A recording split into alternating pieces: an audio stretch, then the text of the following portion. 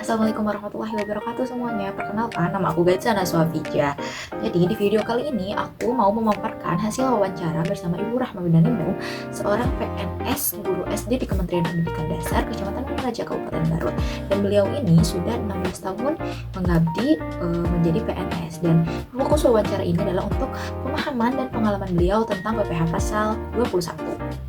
Nah, profilnya ini, nama beliau adalah Ibu Rahma Binanindung dengan instansi di Kementerian Pendidikan sebagai guru sekolah dasar, dan masa kerja beliau sudah 16 tahun. Dan beliau ini bekerja di Kecamatan Menaraja, Kabupaten Garut, Provinsi Jawa Barat. Dan status beliau sudah menikah karena beliau ini seorang istri, jadi beliau tidak mempunyai tanggungan. Dan pasangan beliau juga sudah bekerja dan sudah mempunyai penghasilan sendiri, yang artinya sudah NPWP-nya pun sudah dipisah, dan beliau tidak mempunyai penghasilan lain-lain baik dari properti ataupun investasi. Dan NPWP beliau sudah terdaftar sejak 2009.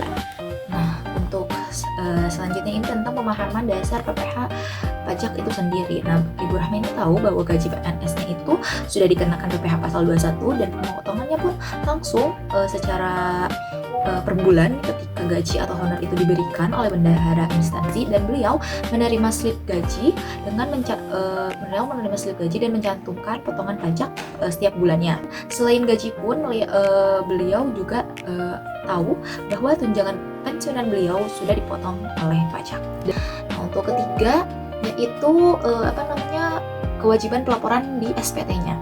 Nah, ketika wawancara setiap tahun beliau pasti melakukan laporan SPT, melakukan laporan SPT tahunan di Kortex, dan beliau menggunakan formulir 1770SS yang di mana penghasilan beliau sebanyak 60 juta, di bawah 60 juta per tahun dalam satu pemberi kerja gitu.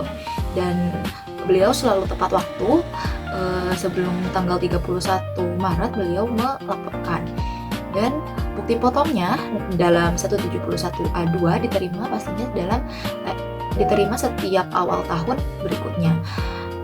Yang berbeda di sini adalah dulu ketika sebelum ada Kortex, beliau selalu melaporkannya ke KPP, tetapi setelah mudah dan ada Kortex, beliau melakukan SPT tahunannya menggunakan Kortex karena lebih mudah dan lebih fleksibel pastinya.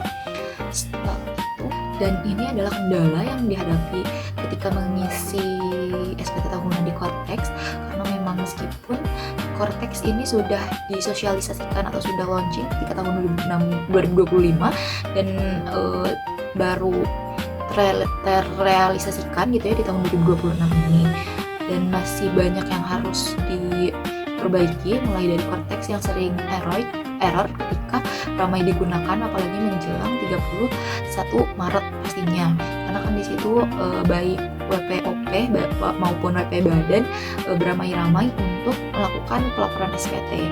Yang kedua juga di kota Garut, di Kabupaten Garut itu sendiri, di mana sosialisasinya ini kurang gitu ya. Sebenarnya mereka itu melakukan sosialisasi yang cukup inklusif gitu ya, yang cukup mendekat.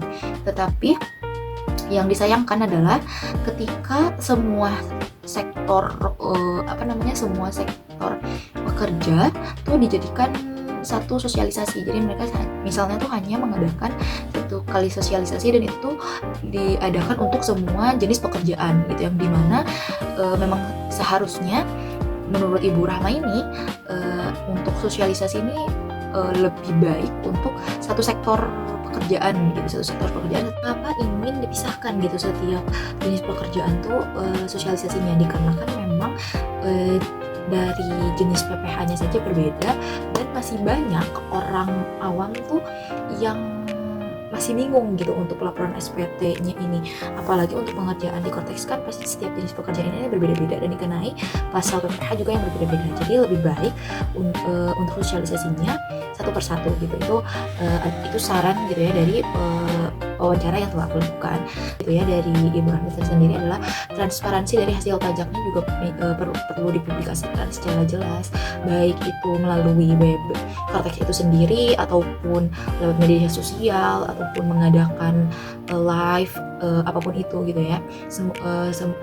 agar masyarakat nih tahu gitu ya dana pajak yang mereka berikan ini digunakan untuk apa saja. Meskipun kemarin sih sudah sempat ditayangkan gitu ya oleh Purbaya melalui live TikTok mengenai transparansi biaya APBN negara. Itu menurut aku sangat-sangat bagus gitu ya, karena masyarakat sangat-sangat butuh yang namanya transparansi terhadap pajak yang mereka bayar.